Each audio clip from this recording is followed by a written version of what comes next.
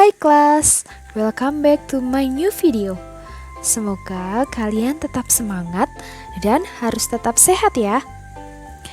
Pada pertemuan yang lalu, kita telah membahas tentang periodisasi masa praaksara secara geologis dan arkeologis.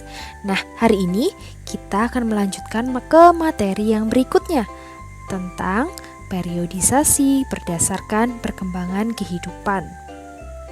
Jadi anak-anak, periodisasi berdasarkan perkembangan kehidupan ini akan dibagi lagi menjadi beberapa bagian. Yang pertama adalah masa berburu dan mengumpulkan makanan. Masa berburu dan mengumpulkan makanan ini ada yang tingkat sederhana dan ada juga yang tingkat lanjut. Kita bahas dulu dari segi yang tingkat sederhananya.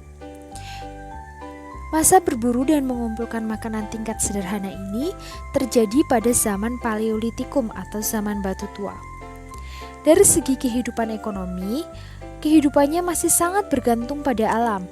Kebutuhan makanan dipenuhi dengan cara berburu hewan dan mengumpulkan umbi-umbian, buah-buahan, serta dedaunan yang ditemukan di lingkungan sekitar mereka. Jika sumber makanan di sekitar mereka habis, mereka akan berpindah ke tempat lain atau disebut dengan nomaden atau berpindah-pindah tempat tinggal. Dari segi kehidupan sosial, mereka selalu berpindah-pindah untuk mencari tempat tinggal baru yang banyak terdapat binatang buruan, bahan makanan, dan airnya. Mereka bisa saja tinggal di semak belukar atau di tepi pantai. Mereka hidup berkelompok yang tersusun dari keluarga-keluarga kecil. Yang laki-laki tugasnya berburu, dan yang perempuan tugasnya mengumpulkan makanan dari tumbuh-tumbuhan serta hewan-hewan yang kecil. Kehidupan budaya. Manusianya sudah mampu membuat alat-alat sederhana dari batu, tulang, atau kayu, namun sifatnya masih kasar. Contohnya, ada alat-alat batu inti, seperti kapak perimbas, kapak penetak, pahat genggam, dan kapak genggam. Ada juga alat serpih yang digunakan untuk pisau, peraut, kurdi, mata panah, dan untuk menguliti umbi-umbian. Serta ada juga alat-alat yang terbuat dari tulang dan kayu. Yang kedua ada masa berburu dan mengumpulkan makanan tingkat lanjut. Masa ini terjadi pada zaman Mesolitikum atau zaman Batu Tengah. Kehidupan ekonominya pada masa ini sudah mengenal cara bercocok tanam dengan sistem berladang. Caranya dengan menebang hutan, membersihkan, dan menanaminya. Beberapa kali tanah ladang itu dipergunakan. Namun, setelah kesuburannya berkurang, mereka akan berpindah ke tempat lain. Selain itu, mereka juga memelihara dan mengembangbiakkan binatang. Dari kehidupan sosial, mereka masih melakukan perburuan hewan, menangkap ikan, mencari kerang, dan mengumpulkan makanan dari lingkungan di sekitarnya. Meskipun demikian, kehidupan manusia pada masa ini sudah mengalami perubahan yang besar. Mereka secara berkelompok mulai hidup menetap dengan memilih gua sebagai tempat tinggalnya. Dari kehidupan budaya, mereka bertempat tinggal di gua. Mereka akan melukiskan sesuatu di dinding gua dan menggambarkan suatu pengalaman, perjuangan, dan harapan hidup. Bentuknya ada berupa gambar tangan atau binatang. Alat-alat batu yang dibuat pada masa ini bentuknya sudah lebih halus daripada masa sebelumnya. Contohnya ada kapak Sumatera dan alat tulang sampung. Dan ini adalah contoh gambar yang ada pada dinding-dinding gua. Selanjutnya ada masa bercocok tanam. Masa bercocok tanam ini terjadi pada zaman Neolitikum atau zaman batu muda. Dari segi kehidupan ekonomi, kebutuhan makanannya dipenuhi dengan cara membabat hutan dan semak belukar untuk ditanami berbagai jenis tanaman, sehingga terciptalah ladang-ladang yang memberikan hasil pertanian. Mereka juga mengembangbiakan binatang ternak seperti ayam, kerbau, dan hewan ternak lainnya. Kegiatan berburu dan mengumpulkan hasil hutan masih tetap mereka lakukan. Tapi, mereka juga sudah mengenal kegiatan perdagangan yang bersifat barter atau tukar-menukar barang.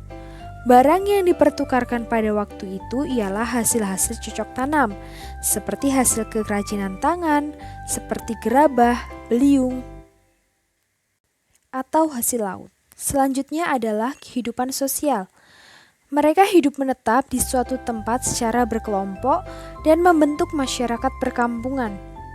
Perkampungan pada masa bercocok tanam terdiri atas tempat tinggal sederhana yang didiami oleh beberapa keluarga serta dipimpin oleh kepala kampung.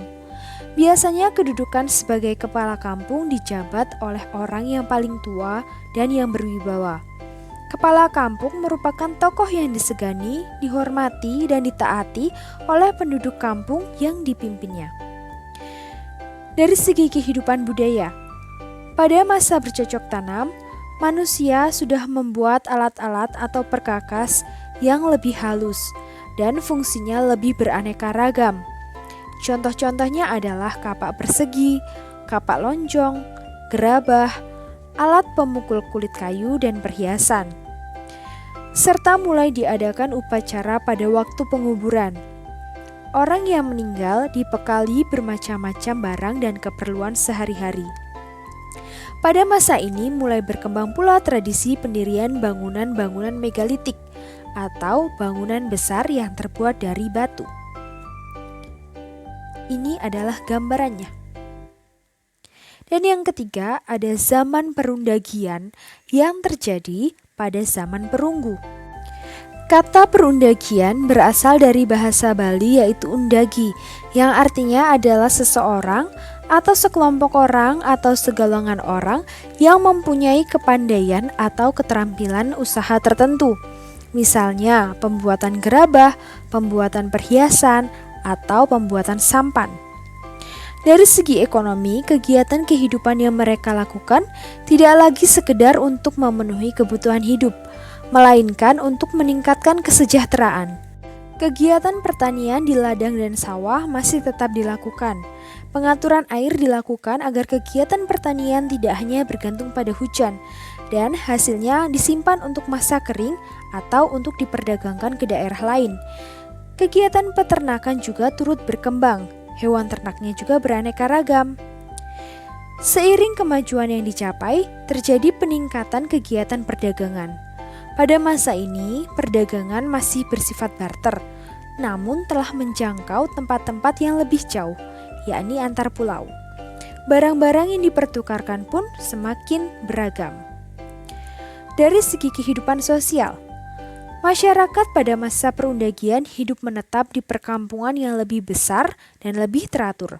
Perkampungan ini terbentuk dari beberapa kampung sehingga jumlah kelompok penduduk semakin banyak. Dari segi kehidupan budaya, pada masa perundagian, manusia sudah mahir membuat berbagai peralatan atau perkakas. Alat-alat yang dihasilkan terbuat dari logam yang digunakan untuk bertani, bertukang, peralatan rumah tangga, perhiasan, dan berbagai alat perlengkapan upacara serta pemujaan. Kepercayaan yang berkembang pada masa ini melanjutkan kepercayaan pada masa sebelumnya. Masyarakat meyakini bahwa arwah nenek moyang berpengaruh terhadap perjalanan hidup manusia dan masyarakatnya. Pada masa ini, berbagai bidang seni seperti seni lukis, seni ukir atau pahat, seni patung, dan seni bangunan atau arsitektur mengalami perkembangan. Yang selanjutnya adalah nilai-nilai budaya pada masa praaksara di Indonesia. Yang pertama ada nilai religius atau kepercayaan. Masyarakat praaksara sudah memiliki kepercayaan terhadap adanya kekuatan gaib. Mereka mempercayai bahwa pohon rimbun yang tinggi besar, hutan lebat, gua yang gelap, pantai, laut, atau tempat lainnya dipandang keramat karena ditempati oleh roh halus atau makhluk gaib. Mereka meyakini bahwa kejadian-kejadian alam seperti hujan, petir, banjir, gunung meletus, atau gempa bumi adalah akibat perbuatan roh halus atau makhluk gaib. Untuk menghindari malapetaka, maka roh halus atau makhluk gaib harus selalu dipuja. Kepercayaan terhadap roh halus ini disebut dengan aliran animisme. Selain percaya kepada roh halus, mereka juga percaya bahwa benda-benda tertentu seperti kapak, mata tombak, atau benda lainnya memiliki kekuatan gaib. Maka benda-benda tersebut harus dikeramatkan. Kepercayaan ini disebut dengan dinamisme. Yang kedua ada nilai gotong royong. Masyarakat praaksara hidup secara berkelompok. Mereka bergotong royong untuk kepentingan bersama. Contohnya membangun rumah yang dilakukan secara bersama-sama. Budaya gotong royong juga dapat dilihat dari peninggalan mereka berupa bangunan-bangunan batu besar yang dapat dipastikan dibangun secara bergotong royong. Yang ketiga, ada nilai musyawarah. Dalam kehidupan berkelompok, masyarakat praaksara telah mengembangkan nilai musyawarah. Hal ini dapat ditunjukkan dengan dipilihnya pemimpin yang dianggap paling tua atau sesepuh yang mengatur masyarakat dan memberikan keputusan untuk memecahkan berbagai persoalan hidup. Yang keempat ada nilai keadilan. Nilai keadilan sudah ditetapkan dalam kehidupan masyarakat praaksara, yaitu adanya pembagian tugas sesuai dengan kemampuan dan keahliannya. Tugas laki-laki berbeda dengan kaum perempuan. Hal ini mencerminkan keadilan karena setiap orang mempunyai hak dan kewajiban sesuai kemampuannya. Yang kelima ada tradisi bercocok tanam. Salah satu cara yang dilakukan oleh masyarakat praaksara untuk memenuhi kebutuhan hidupnya adalah dengan bercocok tanam. Hal ini dibuktikan dengan ditemukannya alat khas pertanian berupa beliung persegi serta alat-alat lainnya. Dan yang terakhir ada tradisi bahari atau pelayaran. Masyarakat praaksara telah mengenal ilmu astronomi. Ilmu ini sangat membantu pada saat mereka berlayar dari pulau ke pulau dengan memakai perahu yang sangat sederhana. Perahu-perahu cadik merupakan bentuk yang paling umum dikenal pada waktu itu. Perahu cadik adalah perahu yang kanan kirinya dipasang alat dari bambu dan kayu agar perahunya tidak mudah oleng. Perahu bercadik memegang peranan yang sangat penting dalam kehidupan masa praaksara. Selain sebagai sarana lalu lintas sungai dan laut, perahu ini juga berperan sebagai penyebaran budaya. Nah anak-anak, sekian materi pada hari ini. Tugas kalian adalah setelah membaca uraian tentang nilai-nilai budaya pada masa praaksara, coba kalian amati nilai-nilai budaya dan tradisi masyarakat di lingkungan sekitar tempat tinggalmu. Apa masih ada nilai-nilai budaya pada masa praaksara yang terus berkembang hingga saat ini? Jika ada, beri contohnya. Ini contoh pengerjaannya ya.